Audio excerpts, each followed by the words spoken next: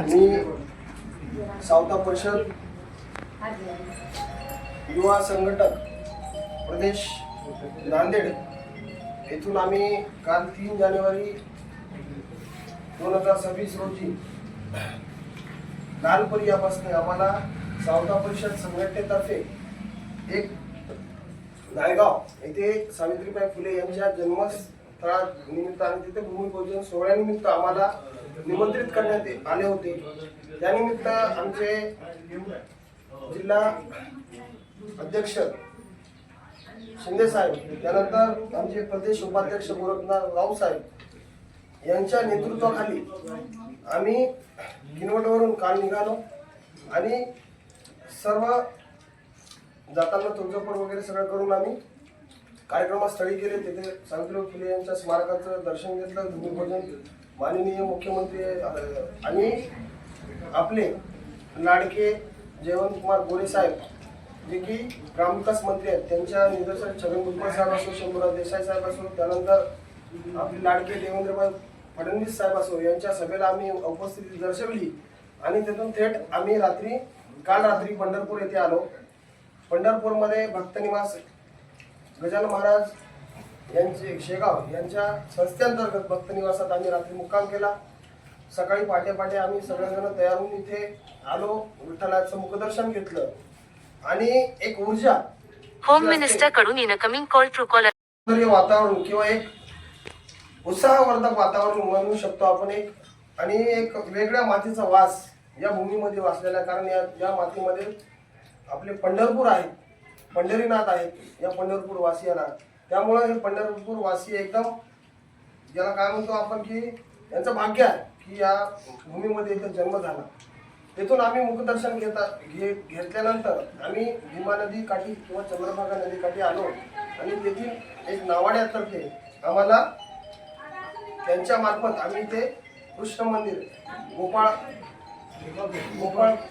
गोपाळपुरी इथे आलो आणि दर्शन घेत येथे आलो आणि इथे कृष्ण मंदिर आहे।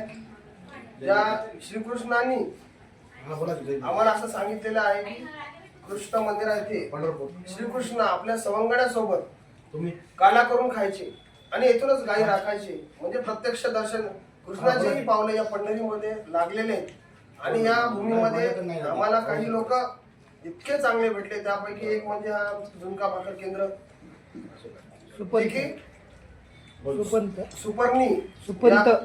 सुपंत रवींद्र गुरव यांचं झुणका भाकर केंद्र आहे। त्यांना जाता मी पायऱ्यावरून बघितलं आणि मी म्हटलं पहिले आपण झुणका भाकर खाऊया।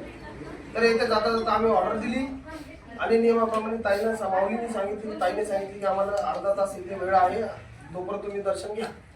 मध्ये गेलो, मध्ये सुद्धा भरपूर आमचे ज्ञानेश्वर माऊली जे काय म्हणतो आपण दही आणि ताक तिथे आस्वाद घेतला, ते खूप छान आवडला आम्हाला। माऊलींनी स्वतः हाताने आम्हाला 10 रुपये ग्लास, 10 रुपयाला काय मिळतं मित्रांनो, परंतु त्यांचं एक प्रेम आणि ते भरलेला प्याला ते सुद्धा आम्हाला एक आनंददायक उत्साहदर्शक ठरला। त्यानंतर थकून भागून इथं आलो आम्ही आणि आता एक भाकरीचा आस्वाद सगळ्यांनी घेतला आणि इतकी उत्कृष्ट भाकरी आणि चवदार बेसन घ्या सगळं काही झुणका भाकरीचं चवदार कांदा बघा, हा बघू शकता तुम्ही। त्यानंतर हा ठेचा बघा, बेसन बघा, त्याला आपण झुणका म्हणू शकतो किंवा मग वेगवेगळ्या पिठलं म्हणू शकतो, वेगवेगळ्या भागामध्ये वेगवेगळ्याचं नाव आहे आणि भाकरी तर सगळ्याकडे कॉमन आहे।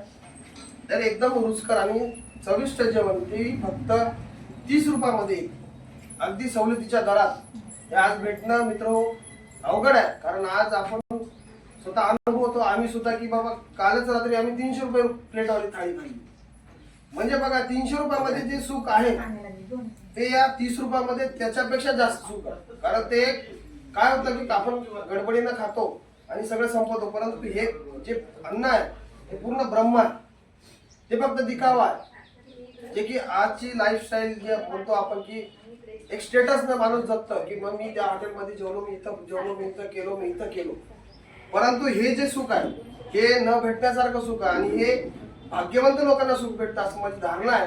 त्यामुळे धन्यवाद ताई त्या सुंदर भाकरीचं आणि जेवणचं आणि गुरव साहेब जे की या सेंटर हे दुर्गा भाकर केंद्र चालवतात त्यांचे सुद्धा मी मस्त आभार देतो. कारण शेवटी कसं असते की आपली इच्छा, पैसे सगळेच जण कमवतात, परंतु आपल्या इच्छेनुसार काम करणं हे महत्वाची गोष्ट आहे. आणि त्यांची पूर्ण श्रद्धा या कामामध्ये आहे, त्यांचं प्रेम या कामामध्ये आहे, म्हणून यामध्ये गोडवा आहे. तरी धन्यवाद करतो त्यांना आणि सगळ्या पंढरपूर वासियांना.